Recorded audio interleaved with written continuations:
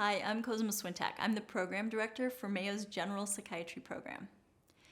Our goal for these 4 years is to partner with each one of our trainees in their educational trajectory so that they leave our program confident in their skills as a psychiatrist. We want our graduates to maximize their potential, to find their passions, and to become leaders in our field while contributing to the field in whichever way makes sense to them and their interests. Since this looks a little bit different for each trainee, each of their training trajectories should be a little bit different. We love the opportunity to work with our resident colleagues to individualize their educational approach to fit their needs. That being said, before we individualize, everyone gets a super solid foundation in the necessary aspects of caring for patients with mental illness. The first 2 years, which are spent on our inpatient services, are all about a team-based approach to psychiatry. On these services, we are working with our sickest patients and their families who are usually in acute crisis. It is very important to have both the security and the synergistic skill sets of an interdisciplinary, multidisciplinary team to enhance the learning experience of our residents. This team-based approach to both learning and working is very much in line with Mayo core values and our ideal way to deliver healthcare. You will note that these first 2 years are very similar for each of our learners. We do have a few elective months sprinkled throughout, as well as some academic time. So there is opportunity for trainees to begin to explore and develop their interests. But the learning task is to build the foundation of a psychiatric career.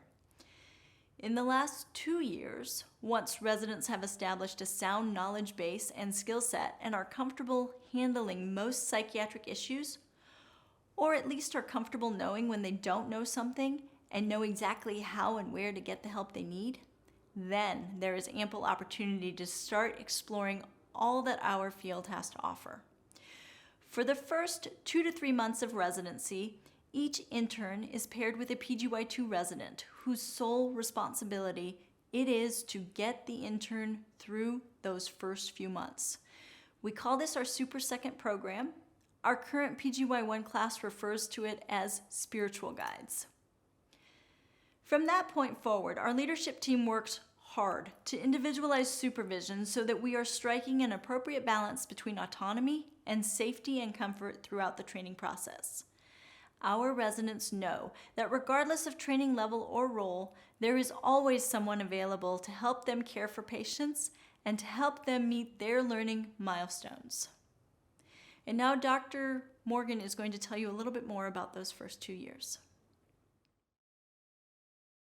Thank you very much, Dr. Swintak. I'm Dr. Rob Morgan, and I'm one of the Associate Program Directors for the General Psychiatry Residency, and I'm also the co-chair of the Hospital Division. I will talk to you a little bit about some of the first experiences that you'll have during your residency training. Our first and second year rotations are largely hospital-based. Our inpatient units are all located in a freestanding psychiatric hospital with 73 beds. The psychiatry hospital is located just across the street from the main hospital that also houses the emergency department with a consistently busy emergency psychiatry service.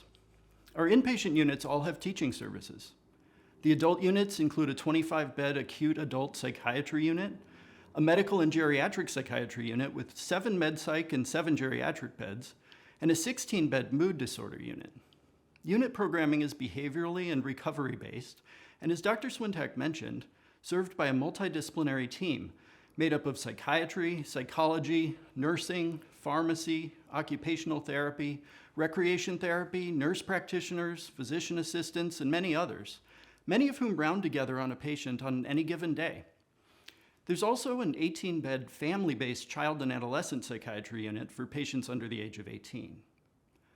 Our residents are expected to take on the responsibility of primary physician for their assigned patients from day one, and as they progress through their training, they're expected to take on more of a team leader role.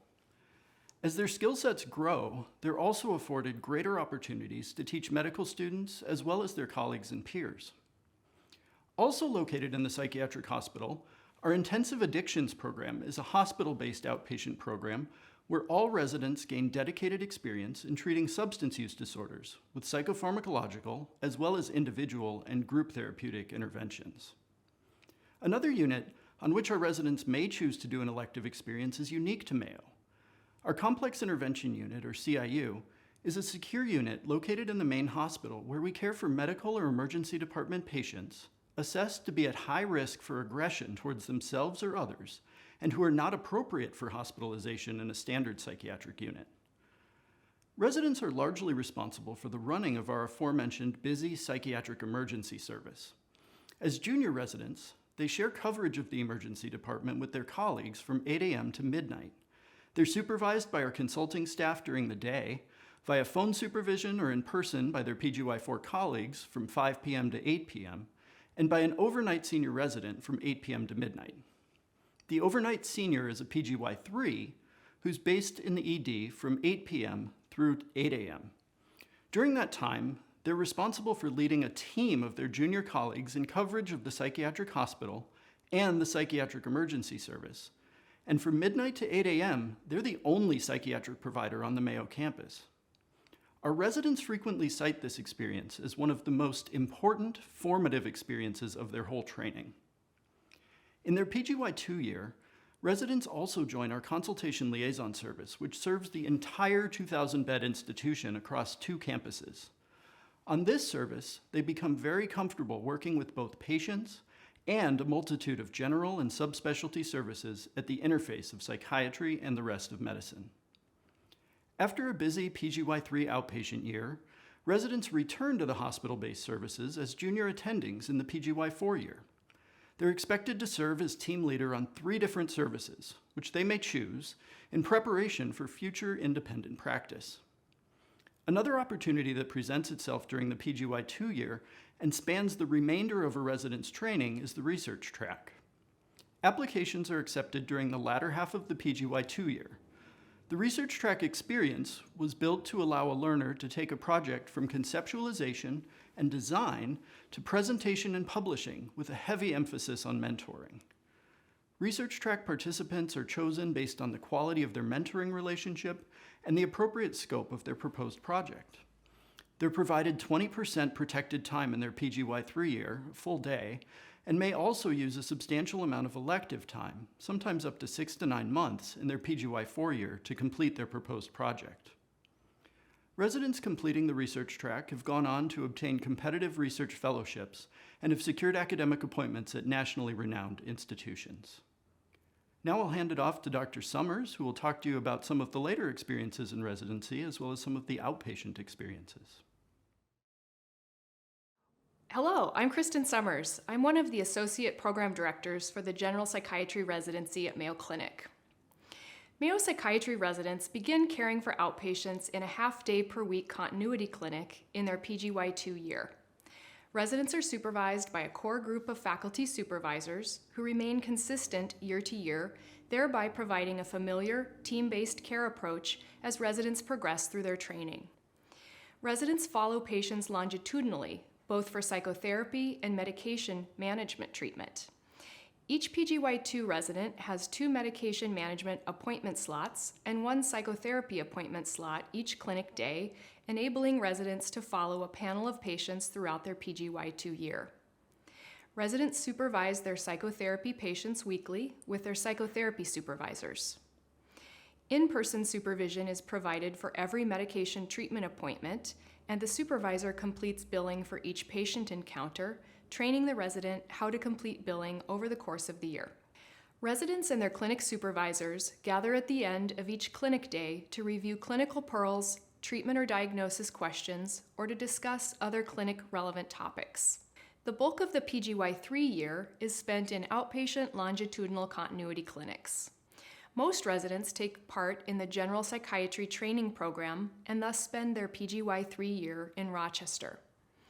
Most of the outpatient experience is spent in a general adult psychiatry clinic where residents see a mix of new patients for consultations and established longitudinal care patients. Residents get to know their patients well and can follow them for up to 3 years of their training. Each PGY3 resident also rotates in 6 to 12-month blocks in subspecialty clinics, including geriatric, perinatal, and behavioral medicine clinics. The behavioral medicine clinic addresses somatic symptoms and related disorders. The subspecialty clinics incorporate didactic curricula and journal clubs. As Dr. Morgan discussed, PGY3 residents take overnight call, which is a night float system. When on overnight call, residents' outpatient care needs, for example, refill requests or telephone calls, are managed by a resident and nursing team assigned to a callbacks role. PGY3 residents have nursing support within their care teams who assist with patient care, rooming, and between visit needs. PGY3 residents, their supervisors, a psychiatric pharmacist, psychiatric nurse practitioners, and our clinic nurses gather at the end of each clinic morning for a huddle, similar to the end of the clinic day meeting I described for the PGY2 clinic. The PGY4 year provides our residents opportunities to round out their educational experience through electives and junior attending roles. Program directors, program coordinators, and chief residents meet with each rising PGY4 resident in the spring of the PGY3 year to plan each resident's PGY4 year.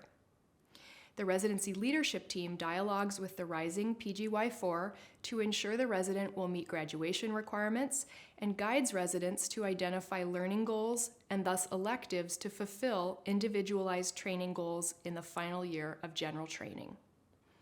Residents choose from dozens of established rotations at Mayo Clinic campuses, within the community, and at other institutions and care settings. If a desired elective doesn't exist, it can usually be created. Many residents devote a bulk of their PGY4 year to research or scholarly endeavors. PGY4 residents maintain a continuity clinic, following both medication treatment and psychotherapy patients throughout their PGY4 year. Their experience and wisdom in the outpatient clinic is greatly appreciated by their PGY2 colleagues in the end-of-the-day clinic huddles. Throughout residency training, residents spend a half day per week engaged in didactic learning and class-based seminars with consistent faculty leaders. Off-service rotations during the PGY1 year include specific specialty-related teaching. Numerous subspecialty, research, and educational conferences are held over the noon hour most days of each week.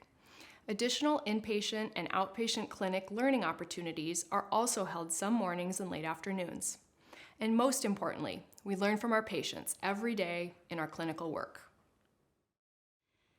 Thank you, Dr. Summers. So you've also heard a little bit about our research track from Dr. Morgan. We are currently in the process of designing a complementary clinician educator track as well. In this inaugural year for the track, we have 9 residents who range from the PGY1 to the PGY5 level who are working with 3 of our faculty educators to design the track. In other words, the goal of the first cohort is to design the track.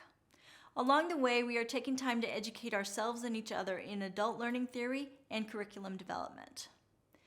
We also have a child and adolescent psychiatry integrated track, which allows for flexible training in child psychiatry, as well as seamless movement between general residency and fellowship, and our community track based in part at our sister facility in Eau Claire, Wisconsin, which allows trainees to gain experience in a more community setting for a year or 2, depending on their interest. All of our tracks are designed so that someone might do more than one at a time, because we want to open possibilities, never constrict.